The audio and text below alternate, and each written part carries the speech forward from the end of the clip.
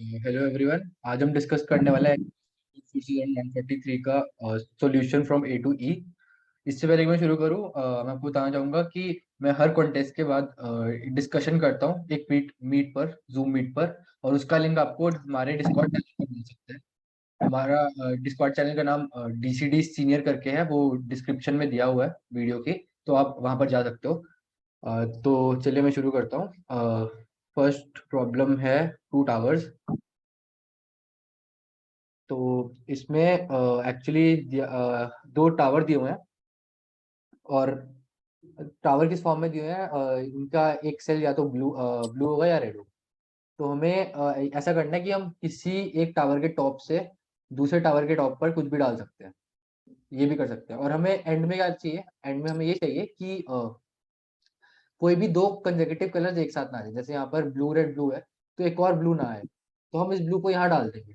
तो यहाँ red blue हो जाएगा। तो हमें ऑल्टरनेट चाहिए बेसिकली। तो ये किस फॉर्म में दिए हुए टावर टावर दिए हुए हैं स्ट्रिंग की फॉर्म में। बॉटम, एक मिनट।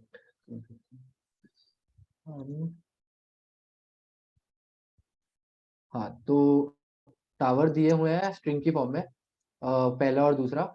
और लेफ्ट से राइट का मतलब क्या है, बॉटम से टॉप तक। तो अगर आप देखोगे, अगर ये यहाँ समझा देता हूँ। स्ट्रिंग एस है ऐसा कुछ, सॉरी, आर बी ऐसा कुछ है। और स्ट्रिंग आर है मान लो ऐसा कुछ, आर बी। तो अब हमें क्या, एक्चुअली अगर आप देखोगे ये दो टावर्स हैं, तो ये बॉटम से टॉप तक है। तो अगर आप देखोगे हम क्या कर सकते हैं, हम यहाँ से लेकर यहाँ पर डाल सकते हैं ये लेटर्स। ये लेटर यहाँ डाल सकते हैं। तो बेसिकली हम क्या कर सकते हैं, हम ऐसा कर सकते हैं कि इसका कुछ पार्ट आर में डाल दें उल्टा, और या फिर आर का कुछ पार्ट एस में डाल दें उल्टा। अगर आप ध्यान से देखोगे, तो अगर हम इन दोनों टावर्स को जोड़ दें ऊपर से ऊपर, लाइक दोनों के टॉप्स जोड़ दें, तो कैसे होगा। तो एक्चुअली जो स्ट्रिंग बनेगी वो ये होगी, reverse of S plus R, sorry R. ये स्ट्रिंग बन जाएगी अगर हम दोनों के टॉप जोड़ते हैं। मतलब अगर आप देखोगे ऐसा कुछ,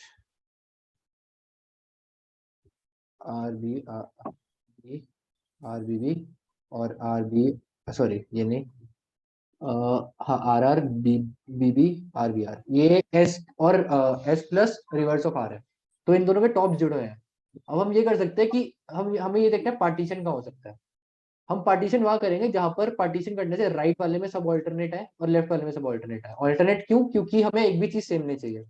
तो बेसिकली हमें एक जगह पार्टीशन करना है, क्योंकि हम ऊपर वाले एक दूसरे में शिफ्ट कर ही सकते हैं टावर्स के। तो अब बस एक स्ट्रिंग मिल गई है, हमें एक फॉर लूप चलानी है कि पार्टीशन कहाँ कहाँ हो सकता है, यहाँ पर यहाँ पर यहाँ पर या यहाँ पर, मतलब कहीं भी। हमने सबके लिए चेक करना है, और फिर एक और फॉर लूप चला लेंगे देखने के लिए कि यहाँ से यहाँ ऑल्टरनेट है या नहीं, और यहाँ से यहाँ ऑल्टरनेट है कि नहीं। अगर दोनों जगह ऑल्टरनेट है तो ये आ जाएगा। ये हमें हर एक आई के लिए चेक करना है। एक भी बार ऐसा ट्रू हुआ तो यस आ जाएगा आंसर। तो ये ओ ऑफ एन स्क्वायर में काम कर जाएगा।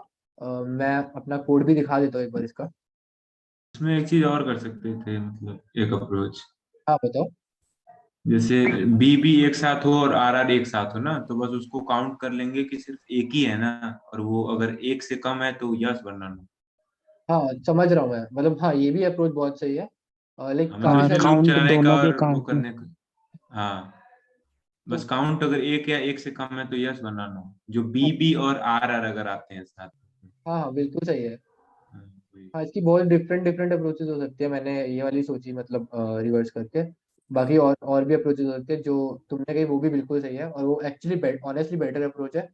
मैंने बस जल्दी जल्दी में कर दी थी अप्रोच। तो चलो, जो मैं अप्रोच बोल रहा हूँ उसी का कोड देख लेते हैं एक बार।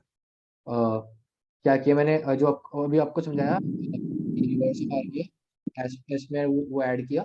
उसके बाद मैंने सारे पार्टीशन के लिए जीरो से लेकर N plus M, actually total size string का एन प्लस एम हो जाएगा। तो उसके लिए चेक किया। मैंने एस में ऐड कर लिया था, तो अब स्ट्रिंग एस पे ही काम कर रहा हूँ। और बस मैं ये देख रहा हूँ कि अगर मैं पार्टीशन आई पे करूँ, तो उससे आगे वाले सारे ऑल्टरनेट है या नहीं। अगर ऑल्टरनेट नहीं है, इसका मतलब कुछ ना कुछ इक्वल आया होगा। तो मैंने z इक्वल टू जीरो कर दिया। पीछे भी वही चेक किया, पीछे वाली स्ट्रिंग में, उसमें भी z इक्वल टू जीरो। अगर z इक्वल टू वन है तो मैंने y इक्वल टू वन कर दिया, जो मेरा ओवरऑल वेरिएबल है। ओवरऑल वेरिएबल मेरा y है, जिस जो मुझे ऐसे में दे रहा है। तो ये सिंपल सा कोड है एक। मतलब इससे भी सिंपल हो सकता है, जो अभी इन्होंने अप्रोच बताई वो बहुत बढ़िया है। अब मैं सेकंड क्वेश्चन पर जाऊंगा।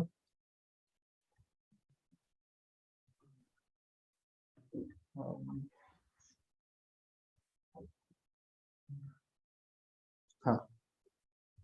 सेकंड क्वेश्चन है आइडियल पॉइंट। तो यहाँ पर क्या दिया हुआ है, यहाँ पर कुछ सेगमेंट्स दी हुई हैं, लेट्स डिफाइन हाँ। हाँ, तो ऐसा है कि कुछ सेगमेंट दी हुई है और उसमें हमें एक पॉइंट भी दे रखा है। तो हमें ये बताना है वो पॉइंट उन सेगमेंट में कितनी बार आता है, ये देखना है एक तो। और हमें ये भी देखना है कि और कोई भी पॉइंट उससे ज्यादा बार ना आ जाए। बाकी सेगमेंट मतलब ओवरऑल जो हमारा पॉइंट के है, वो उसका जो काउंट है वो सबसे ज्यादा हो, मतलब वो बाकी सबसे ज्यादा हो। तो एक बार देख लेते हैं यहाँ पर। मान लो कुछ ऐसे सेगमेंट्स है मेरी। वन भैया वन बताओ। हेलो। एक बार क्वेश्चन वापस समझा दोगे क्या?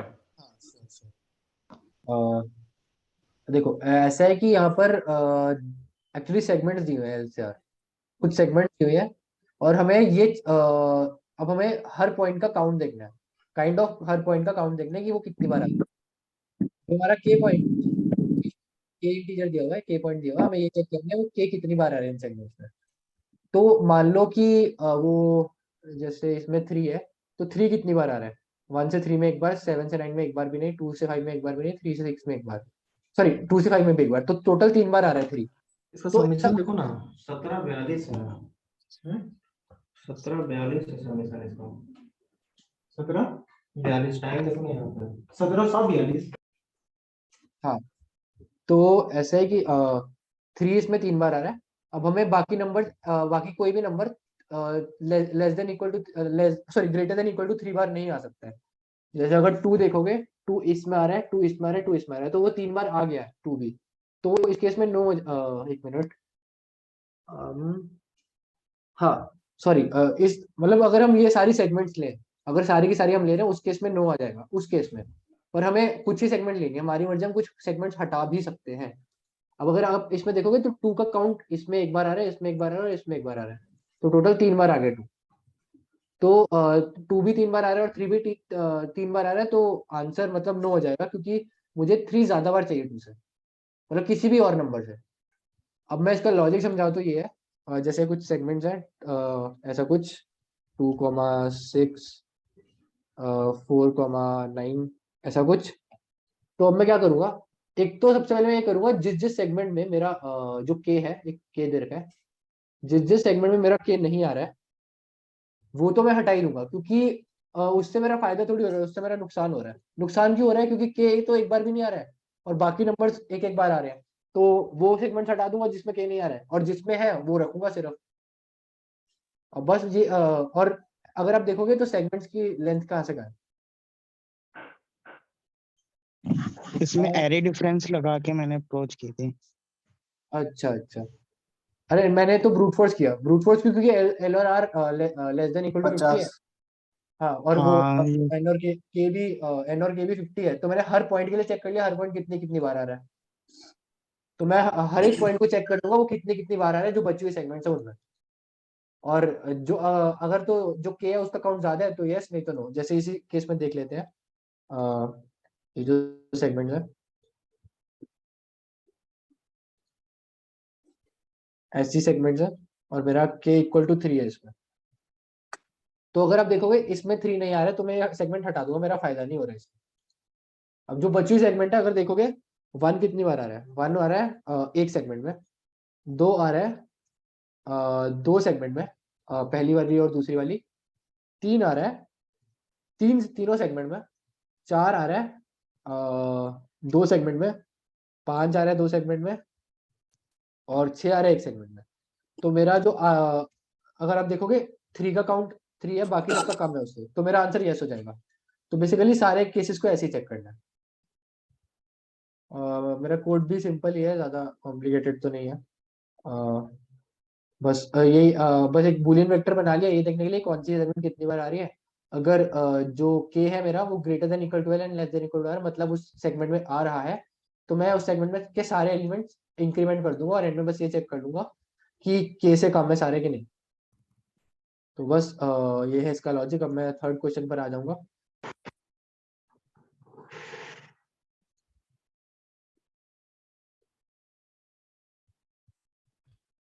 थर्ड क्वेश्चन में क्या था, थर्ड क्वेश्चन में कुछ T N number of tea दे रखे हैं और एन नंबर ऑफ टेस्टर दे रखे हैं, और ऐसा है कि हर टी का कुछ अमाउंट है जो वो प्रिपेयर की गई है, और हर टेस्टर का कुछ ये बीजे बीजे वो है कि वो एक बार में कितनी चाय पी सकता है, ये है बस। तो ऐसा है कि अब वन बाय वन क्या प्रोसेस हो रहा है। पहले जो सबसे पहला स्टेप है उसमें क्या हो रहा है, जो आयत टेस्टर है वो आयत वाली टी को पी लेगा जितना पी सकता है।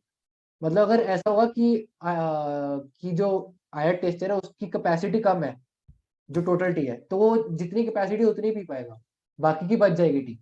और अगर ऐसा है वो जितनी टी है उससे ज्यादा कैपेसिटी है तो पूरी की पूरी टी खत्म कर देगा, और बच्चों का कैपेसिटी का कुछ करना नहीं है, मतलब अ, हाँ मतलब फिर फायदा नहीं है। तो basically minimum of A I comma B I टी वो पी जाएगा, और ए आई में से भी उतना ही कम हो जाएगा जितना ये है minimum of A I comma B I. अब अगले स्टेप में क्या हो रहा है, अगले स्टेप में हर एक टेस्टर पिछले वाली टी को पी रहा है। मतलब अगर आई टेस्टर है वो आई माइनस वन टी को पी रहा है, तो बेसिकली ऐसे प्रोसेस वन बाय वन चलता रहेगा। और इससे भी थोड़ा समझ आ रहा होगा।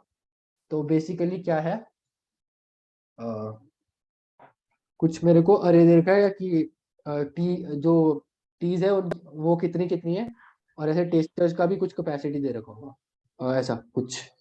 तो क्या होगा, सबसे पहले जो फर्स्ट टेस्टर है वो पहली वाली टी को पी जाएगा आयत आयत प्रोसेस में, और तो आयत और दूसरा वाला दूसरी को पिएगा, तीसरा वाला तीसरी को पिएगा, चौथा वाला। तो पहले स्टेप के बाद क्या हो रहा है, जीरो, पहला वाला जीरो, दूसरा वाला वन, तीसरा वाला तीन, और चौथा वाला दो। ये मेरा अरे आता है अभी फिलहाल पहले स्टेप के बाद। अब दूसरे स्टेप के बाद क्या होगा, ये जो दूसरा वाला है पहला वाला पिएगा, जो तीसरा वाला है वो दूसरा वाला पिएगा, और चौथा वाला है वो तीसरा वाला पिएगा। तो क्या हो रहा है, दूसरे वाले ने पहले वाला तो जीरो है तो कोई कुछ कर ही नहीं पाएगा। अब दूसरा वाला जो है वो वन बचा है, और ये इसका जो कैपेसिटी है वो भी वन है तो खत्म हो जाएगा। ये जो है ये थ्री बचा है और इसकी कैपेसिटी थ्री है तो ये भी थ्री हो जाएगा, और लास्ट वाला टू का टू बड़ा रहेगा, इस पे कुछ हो नहीं रहा। और इसके बाद कुछ भी स्टेप हो ये जीरो के जीरो रहने वाले हैं। हमें बस बेसिकली एंड में ये बताना है हर बंदा कितनी कितनी चाय पी सकता है। तो अगर आप देखोगे इस वाले में क्या हुआ, इस वाले में पहले बंदे ने दो दो अमाउंट पी, दूसरे बंदे ने कितनी पी, दूसरे बंदे ने पी पहले यहाँ पर दो पी और यहाँ पर एक भी नहीं पी, तो यहाँ उसने भी दो टोटल दो पी। तीसरे वाले ने दो टोटल दो पी, और चौथा वाला देखोगे तो उसने पहली बार में तीन पी और दूसरी बार में भी तीन पी, तो छः। तो ये इस केस का आंसर आ गया। बट हमें इसे ऑप्टिमली कैसे निकालना है, ये तो ब्रूट फोर्स से तो आ ही जाएगा। अगर आप देखोगे, अब मैं कैसे निकाल रहा हूँ, मैं जो हर टेस्टर है उस पर आइटरेट मार रहा हूँ। अब ऐसा है कि जो पहला टेस्टर है वो सिर्फ पहली चाय ही पिएगा, और जो दूसरा टेस्टर है वो पहली दो चाय पिएगा, फिर तीसरा टेस्टर है वो पहली तीन चाय पिएगा। अब मैं क्या कर रहा हूँ, पहली चाय की तरफ जा रहा हूँ, और मान लो मैं अभी तक मैं आयत चाय पे हूँ, आयत चाय पे हूँ। तो ऐसा क्या होगा, आयत चाय जो है वो कौन कौन लोग पी पाएंगे।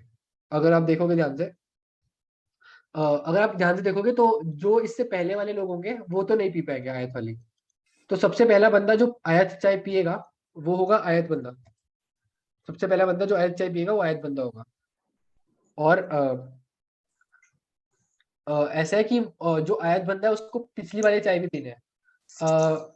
अभी मैं एक मिनट, तो मैं एक्चुअली सेट यूज करने वाला हूँ इसमें। सेट में क्या स्टोर करने वाला हूँ, सेट में मैं स्टोर करने वाला हूँ कि एक मिनट कोड देख के समझा देता हूँ, मुझे अच्छे से याद नहीं आ रहा।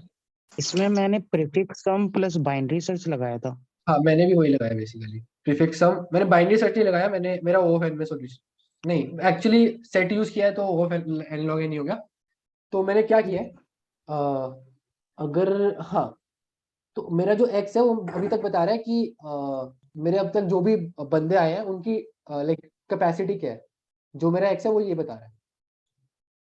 और मैं क्या कर रहा हूँ, मैं सबसे पहले आयत चाय पे जा रहा हूँ। आयत चाय का जो लाइक टोटल आयत चाय है वो ए ऑफ आई है, और उसमें मैं एक्स ऐड कर रहा हूँ। एक्स ऐड क्यों कर रहा हूँ वो मैं भी आपको बताता हूँ। एक्चुअली मैं ये चेक करना चाहता हूँ कि जो मेरा एक्सत बंदा है, लाइक सॉरी आयत बंदा है, तो वो कौन कौन सी चाय को पी लाइक मेरे को ये करना है कि कौन कौन सी चाय ऐसी है जो जिसकी अमाउंट उसकी कैपेसिटी से ज्यादा है। अगर मैं वो फाइंड कर लूँ जो जो चाय कैपेसिटी उससे ज्यादा है, तो मैं सीधा जितने बच्चे होंगे इंटू BO5 कर दूंगा, यार और जो उससे कम होंगे उनका सम ले लूंगा। सोल्युशन बक्षीस हाँ किती लाईनीचं माहिती का? इनपुट घेतल्यानंतर पण 10-12 लाईन सोल्युशन बघ सेट वापरला. हाँ, तो ऐसा है कि तो मैं क्या कर रहा हूँ, मैं बेसिकली मैंने अभी तक जो जो टेस्टर आए हैं उनकी सबकी कैपेसिटी ले ली है, और उनको इंक्रीमेंट मारता जा रहा हूँ। एक्चुअली मैं prefix sum kind of thing use कर रहा हूँ। मैं AO5 में ये x ऐड इसलिए कर रहा हूँ क्योंकि ऐसा है कि जो पिछले जो गए हुए टेस्टर्स हैं, जो पहले जा चुके हैं, वो इसको इफेक्ट नहीं करेंगे, वो AI वाली चाय को इफेक्ट नहीं करेंगे। इसलिए मैंने वो ऐड करा। ऐड क्यों किया? क्योंकि मैं बाद में अब मैं ये देख रहा हूँ कि x से क्या क्या बढ़ा है। x अगर मैं थोड़ा आसान भाषा में समझाऊं तो मान लो कि मेरी अभी तक जितने टेस्टर थे उनकी वैल्यू x थी, और एक और वेरिएबल ले लेता हूँ y। Yes. हाँ, तो एक और वैल्यू ले लेता हूँ y equals to x plus BO5। x plus b है मेरा, y है।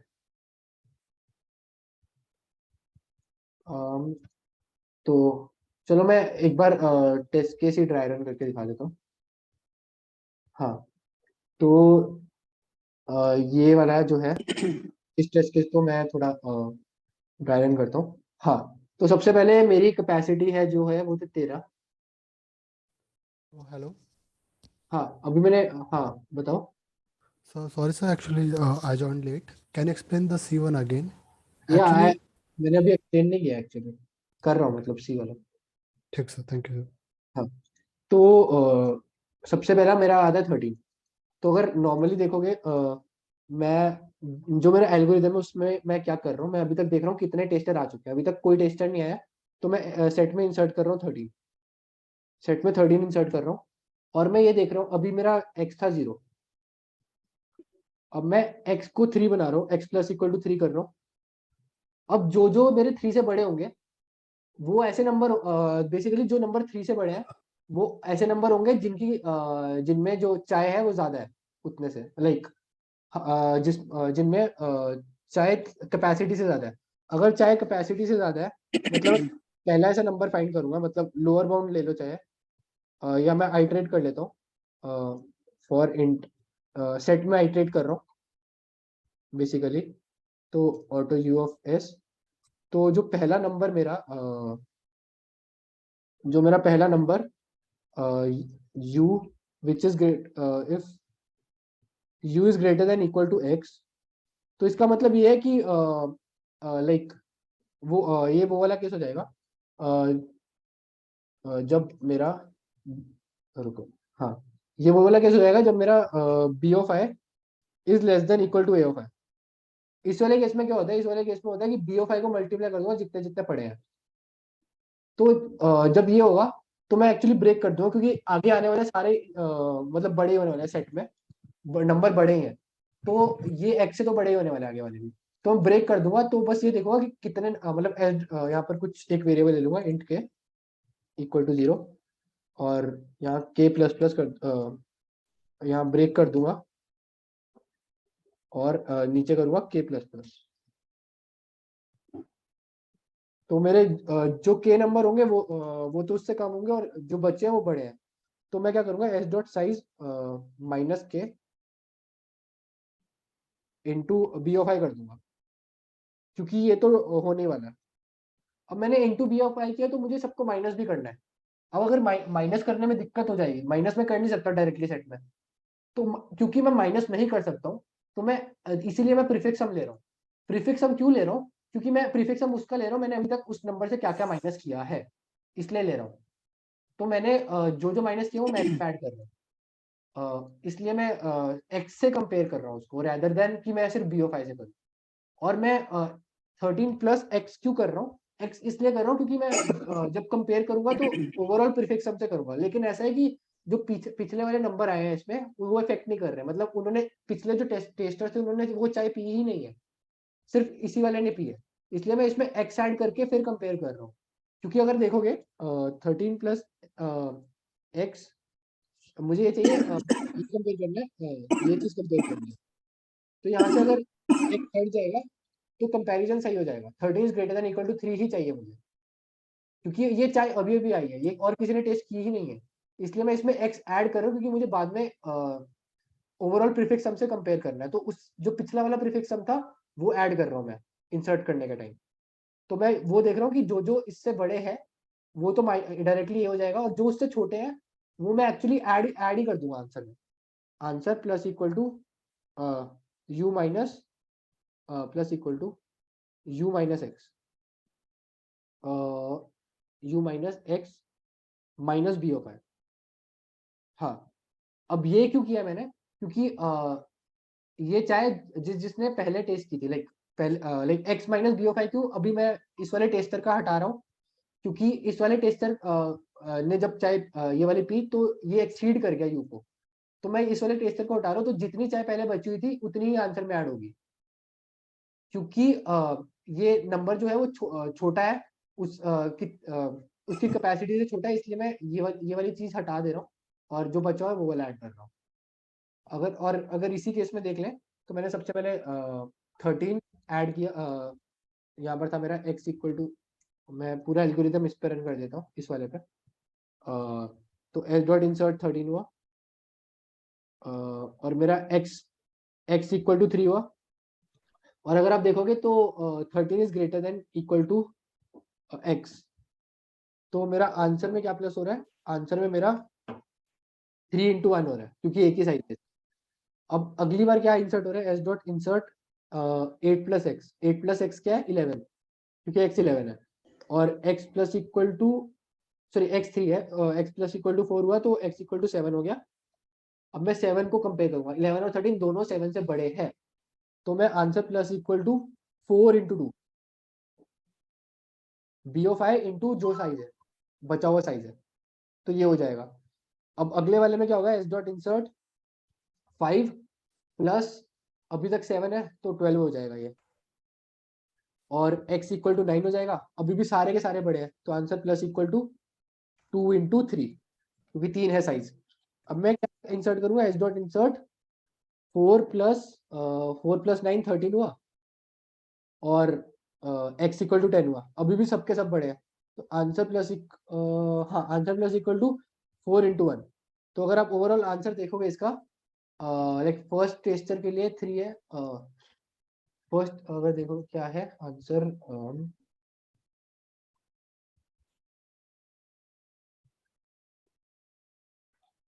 तो एक मिनट हम, हाँ, तो जो फर्स्ट टेस्टर है उसमें 3 आंसर है, वो सही है बिल्कुल।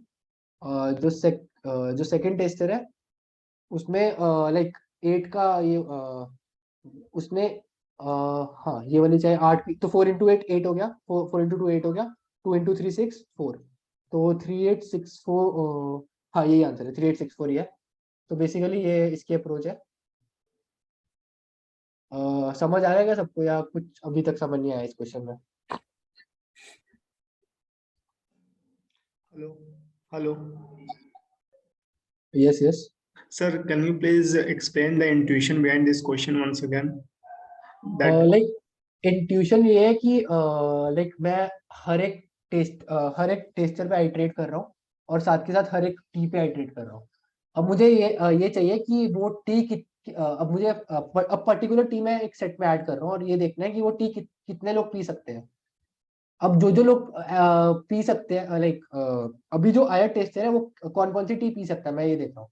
जो टी खत्म होगी वो तो हमने हटा दिया सेट से, वो तो मैं हटा ही रहा हूँ, मैं सेट से हटा दिया, जो टी खत्म हो गया, जो बची है अब उसमें मुझे ये देखना है कि कौन कौन सी टी जो मेरा टेस्टर है उसकी कैपेसिटी के अंदर है, कौन कौन सी टी उसके कैपेसिटी के अंदर है वो देखना है, और कौन कौन सी टी उसकी कैपेसिटी के बाहर है।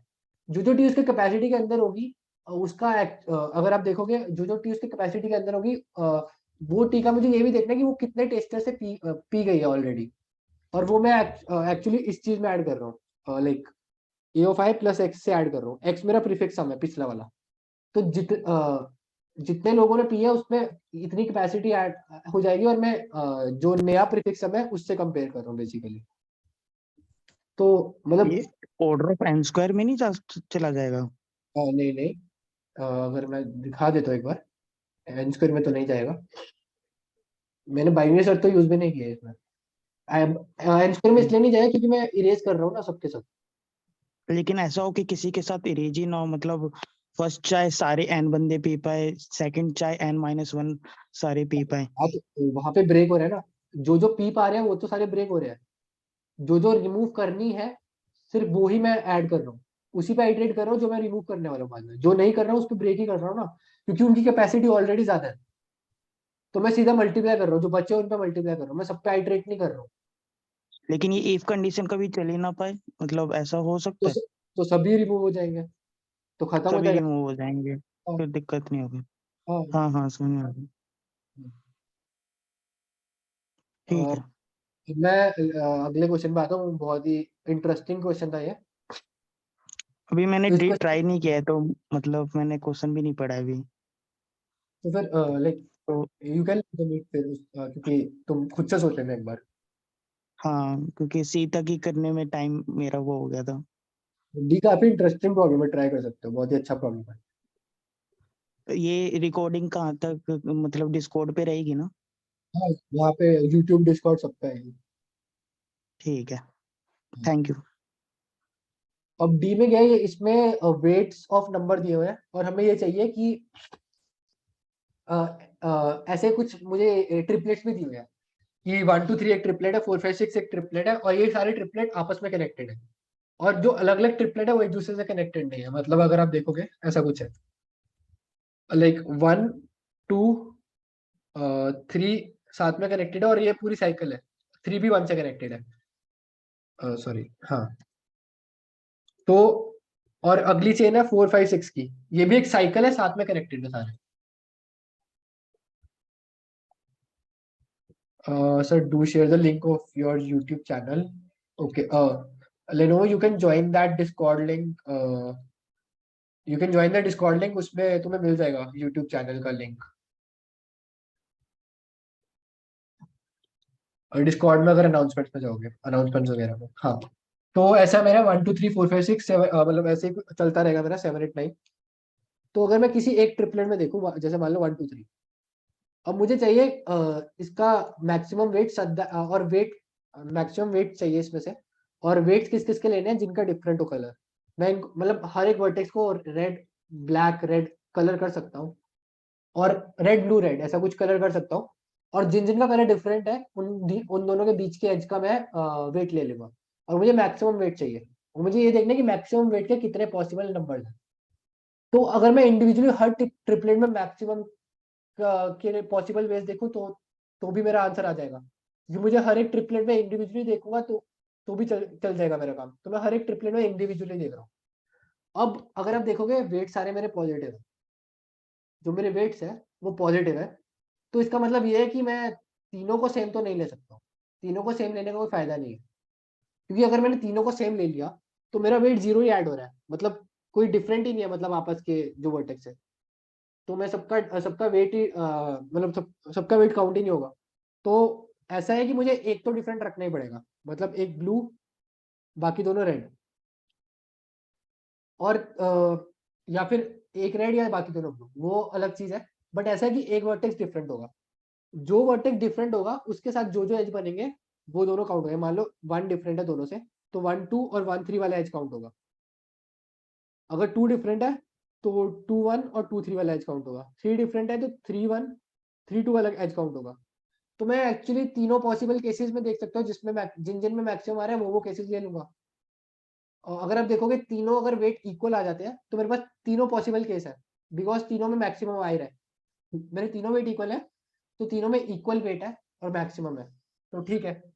अगर तीनों इक्वल नहीं है, मान लो कुछ ए बी सी है वेट, और मान लो C is greater than equal to B और B is greater than equal to A, अब मैं सी तो लूंगा ही लूंगा क्योंकि वो मैक्सिमाइज कर रहा है मेरा वेट।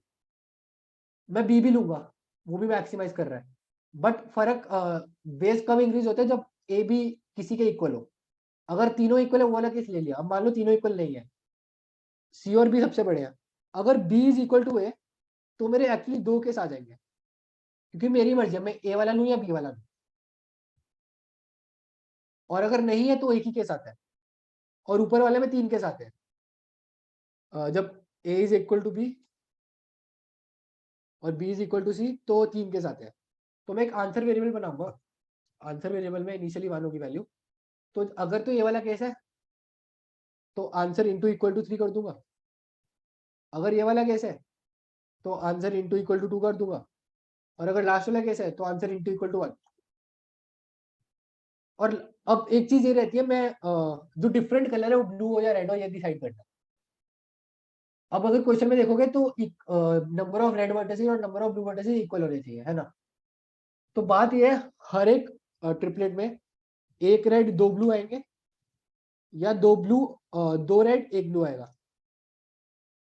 तो एक रेड कितने में आएगा, टू रेड कितने में आएंगे, ये डिसाइड करना है। Actually equal number of pairs में ट्रिपलेट्स में आएंगे। मतलब अगर n है तो n/2 ट्रिपलेट्स में एक रेड आएगा, और बाकी n/2 ट्रिपलेट्स में दो रेड आएंगे। तो एक्चुअली दो ही केसेस हैं, या तो दो रेड या एक रेड। तो मुझे ये सिलेक्ट करना है कौन से वो दो n/2 n में से कौन से n/2 चीजें हैं जिनमें ये आ सकता है रेड। तो अगर आप n ट्रिपलेट्स कितने होते हैं, मतलब n एक्चुअली n/3 जो ओरिजिनल वैल्यू n/3 है, तो n/3 ट्रिपलेट्स है। तो मैं क्या करूंगा, ये जो होता है ना NCR फंक्शन होता है, तो C of n/3 n/6 multiply कर दूंगा आंसर में, क्योंकि इतने टोटल वेज है सिलेक्ट करने के कि कौन कौन से ट्रिपलेट्स में दो बार आ रहे हैं, बच्चों में वन आ रहेगा। तो बेसिकली आंसर इनटू दिस कर दूंगा। तो मैं अगर आपको कोड दिखाऊं इसका, ये तो मतलब प्री कैलकुलेशन ही है basically. Pre calculation NCR function के लिए मैंने एनसीआर से डिफाइन किया इस फंक्शन को, जो मेरा वो बाइनॉमियल फंक्शन है, वो जो मेरा आंसर देगा। तो मैंने जो नॉर्मल कोड है वो तो यही है। मैंने ट्रिपलेट लिया, मतलब आइट्रेशन 3 में ऐड किया, और सबसे पहला केस ये देखा तीनों इक्वल है कि नहीं। अगर इक्वल है तो इंटू 3 कर दिया, एल्स एक और मतलब थोड़ा अरे सा ले लिया मैंने, उसको सॉर्ट कर दिया, और सॉर्ट करके देख लिया कि पहली दो वैल्यूज इक्वल है कि नहीं। अगर इक्वल है तो इंटू 2, नहीं है तो इंटू 1, और एंड में ये कर दिया जो मैंने अभी आपको बताया, सी n/3 n/6। तो मैंने वो फंक्शन यूज कर लिया सीधा, और आंसर आ गया इससे। तो ये था इसका सॉल्यूशन। अब मैं आ जाता हूँ ई पे। Hello sir. यस। सर मैं ये पूछना चाहता हूँ कि वो इक्वल होने पे कैसे डिपेंड कर रहा है? अगर तीन ट्रिपलेट है, अगर एक ट्रिपलेट में तीन एलिमेंट है, तो इक्वल होने पे और ना होने पे क्या फर्क पड़ रहा है? और एक्चुअली हमें ये चाहिए ना मैक्सिमम वेट कितने तरीकों से आ सकता है। अगर इक्वल है तो मैक्सिमम वेट उन तरीकों से भी आ जाएगा ना। हाँ, ओके। मतलब अगर तीन में से कोई दो ही सिलेक्ट करना है मुझे, तीन में से कोई दो एज सिलेक्ट करना है, तो वो उसके तीन तरीके हैं ना। हम्म। हाँ, तो तीन तरीके हुए मैक्सिमम वेट के। अच्छा सर, अगर तीनों डिफरेंट हो तो एक ही तरीका होगा उस हिसाब से? हाँ, एक ही तरीका होगा। Okay sir, got it. हाँ, अब मैं आ जाता हूँ ई प्रॉब्लम पर। ई प्रॉब्लम में ऐसा कुछ एन क्या दिया हुआ है, हाँ एन सेल्स दिए हुए हैं, उन सब पे एक एक मॉन्स्टर है, और सबकी हेल्थ कुछ ना कुछ है HI। और मैं एक तो मेरा बेसिक स्पेल है, उसमें मैं सब एक कोई मॉन्स्टर पकड़ सकता हूँ और उसकी हेल्थ एक से डिक्रीज कर सकता हूँ। और जो दूसरी दूसरी चीज क्या है, दूसरा एक एक्सप्लोजन स्पेल है। उससे क्या होगा, एक बार समझा देता हूँ एक्सप्लोजन स्पेल में क्या होगा। जैसे कुछ मेरे मॉन्स्टर्स हैं ऐसे 1 3 4 3 कुछ,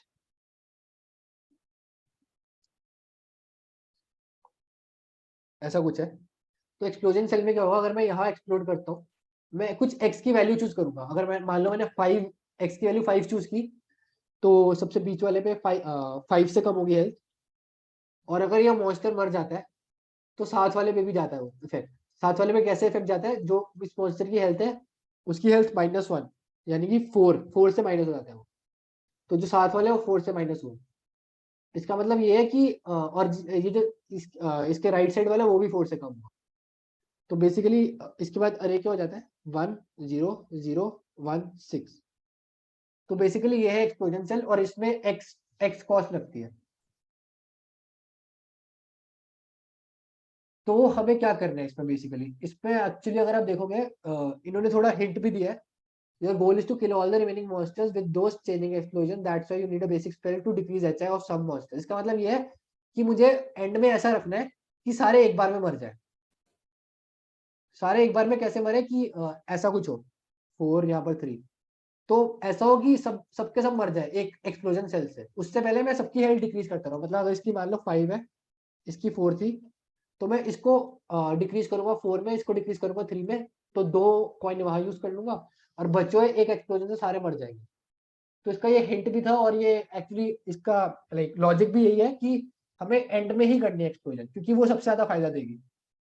क्योंकि ऐसे तो मैं एक एक हेल्थ करके सबकी डिक्रीज करूंगा तो बहुत ज्यादा लाइक कॉइन लग जाएंगे, बट अगर एक्सप्लोजन से करने की कोशिश करूंगा तो एक बार में सब खत्म हो जाएगा। तो मैं एंड में एक्सप्लोजन करूंगा, पर एंड में कहाँ एक्सप्लोजन करूंगा वो मुझे डिसाइड करना है। और एंड में एक्सप्लोजन किस एक्स पे करूंगा, वो एक्चुअली एक्स होगा इस जो हाईएस्ट हेल्थ होगी उसके बराबर। अब मुझे मेरा ये क्वेश्चन है कि हाईएस्ट हेल्थ कौन सी होगी। हाईएस्ट जो भी हेल्थ, अगर मान लो ये मेरी हाईएस्ट हेल्थ है, तो मैं सबको ऐसा करने की ट्राई करूंगा कि लाइक ऐसा कुछ हो जाए कि ये 3 हो जाए, ये 2 हो जाए, ये 1 हो जाए, कि मतलब ऐसा हो कि इनकी हेल्थ H-X कुछ हो, जो एंड एक्स का डिफरेंस है। अब मैं क्या कर रहा हूँ, मैं एक्चुअली, एक मिनट,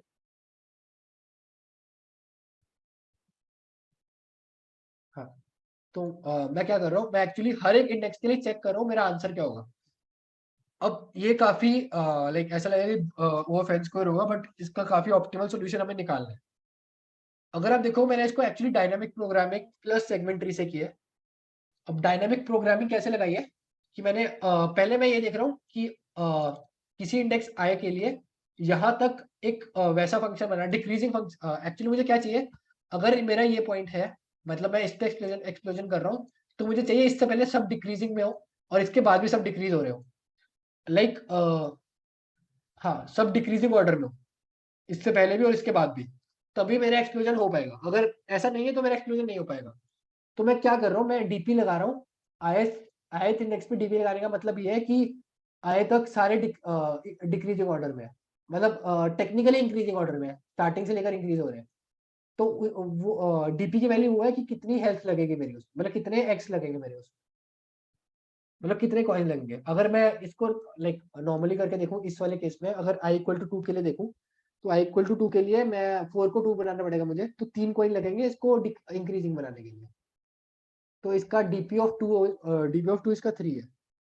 तो बेसिकली मैं ये कैलकुलेट करूंगा और same to same right side से भी यही कैलकुलेट करूंगा, और राइट और लेफ्ट का एडिशन करके बचा हुआ ये जो a ऑफ i है इसका भी एडिशन करूंगा, और इन सब सारे इंडेक्सेस में मिनिमम देखूंगा ये चीज, मतलब स्टार्टिंग से डीपी और राइट साइड से डीपी और ये जो एलिमेंट है वो जो बचता है वो राइट साइड से भी एक्चुअली सेम ही चीज है ना, इसलिए मैं दोनों साइड से सेम ही डीपी लगा रहा हूँ।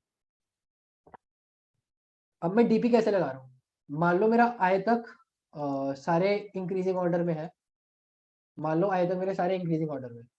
अब मुझे चाहिए कि अब मैंने ये डाला तो भी इंक्रीजिंग ऑर्डर में रहे, तो ऐसा होगा कि यहाँ तक जो एलिमेंट्स है वो मुझे डिक्रीज करने पड़ेंगे कुछ हेल्थ से। अब मुझे क्या चेक करना है, मुझे जो पहले वाले एलिमेंट्स है वो उन पे कंडीशन क्या है।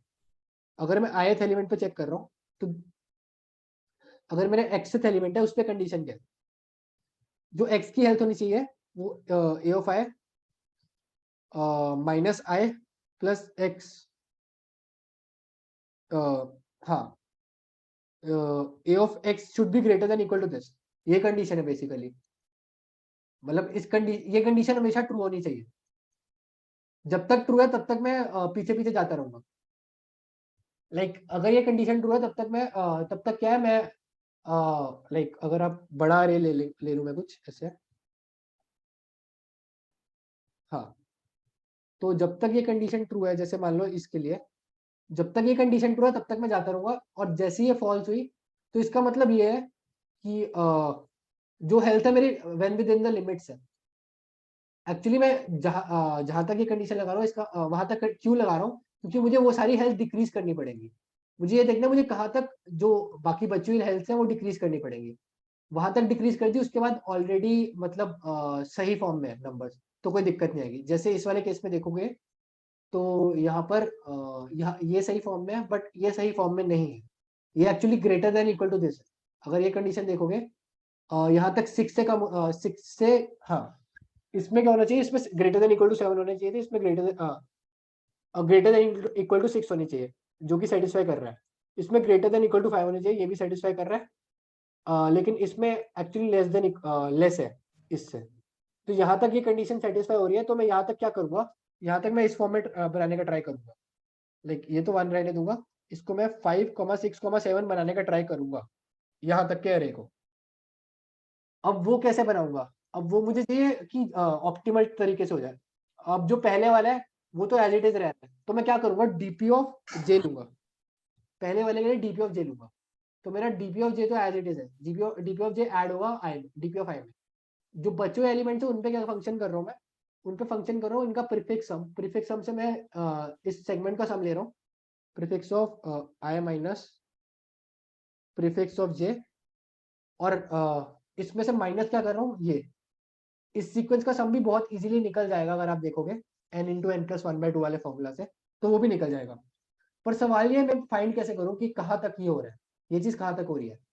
उसके लिए मैंने एक्चुअली डिफरेंस लिया है, difference between an element and its index, actually sum of element and its index.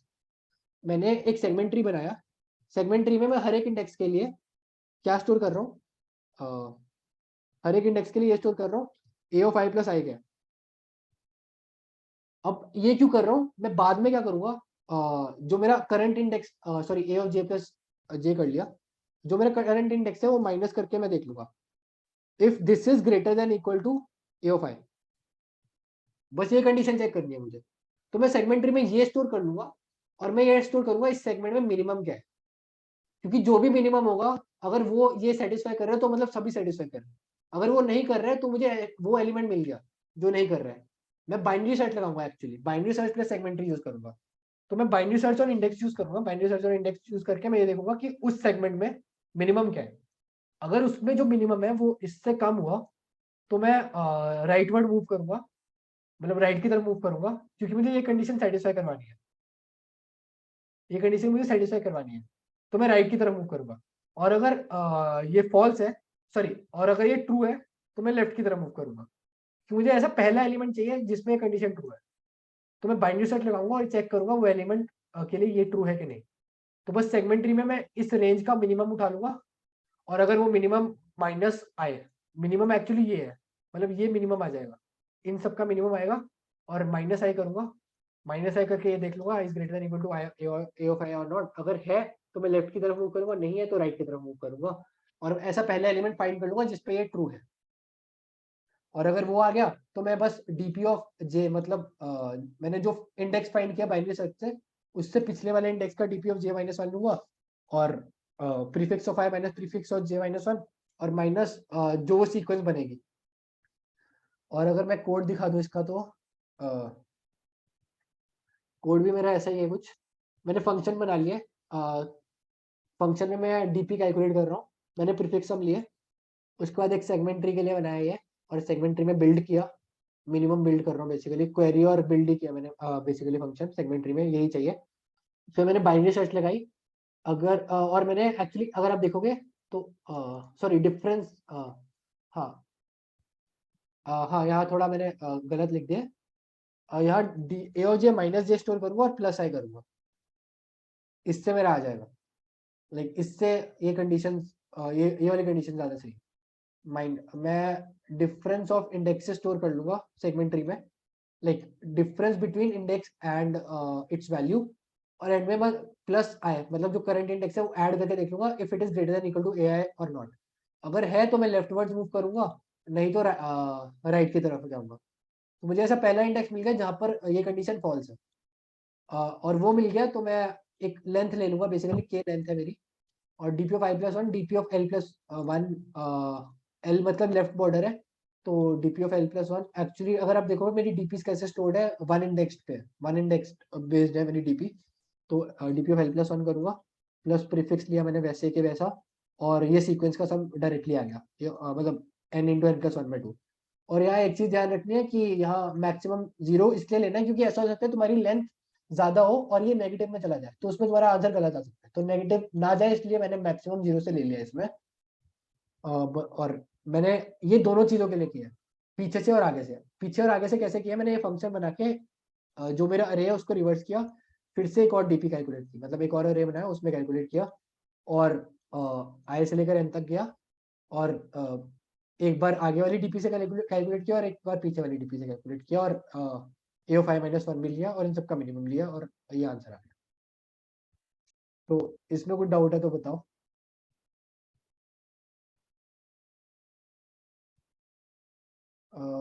ठीक है, अगर इसमें कोई डाउट नहीं है तो एंड करते हैं यहाँ पर। Sir excuse me sir, question number D में एक डाउट है, वो पूछ सकते हैं? हाँ श्योर, बताओ। हाँ सर, डी में ये डाउट था कि जैसे हम लोग डिफरेंट के लिए टोटल नंबर ऑफ वेज ले ले रहे हैं कि 3 है, और सेम के लिए 1 ले ले रहे हैं, और अगर मतलब 2 एलिमेंट सेम हो तो 2 टोटल वेज हो जाएंगे, और मल्टीप्लाई करते जा रहे हैं। लास्ट में जो सर लास्ट में जो सर अपन कॉम्बिनेशन कर रहे हैं एन मतलब n/3 n/6, वो क्यों कर रहे हैं सर? वो थोड़ा एक्सप्लेन कर दीजिए। बता देते हैं। अगर तुम देखोगे तो हमारे पास 2 ऑप्शन है, मतलब ऐसा है कि 2 सेम होने चाहिए और एक डिफरेंट होना चाहिए, तो या तो सेम वाले रेड हो या फिर ब्लू हो, 2 ही तो ऑप्शन है ना, ये 2 ऑप्शन है। अब ऐसा है कि मुझे देखना है कि मैं R कितनी बार लूं और B कितनी बार लूं, मतलब ये वाला ऑप्शन कितनी बार लूं, ये वाला कितनी बार लूं। मान लो मैंने X बार ले लिया R, और B वाला ऑप्शन मैंने बचे लाइक n/3 - x बार लिया, है ना, मतलब मान लो ये कंडीशन है। तो इसमें R कितनी बार आ रहा है, इसमें R कितनी बार आ रहा है, वो देखता है। इसमें R आ रहा है 2 बार, तो 2 × x। दूसरे वाले में 1 बार आ रहा है, तो 1 × n/3 - x।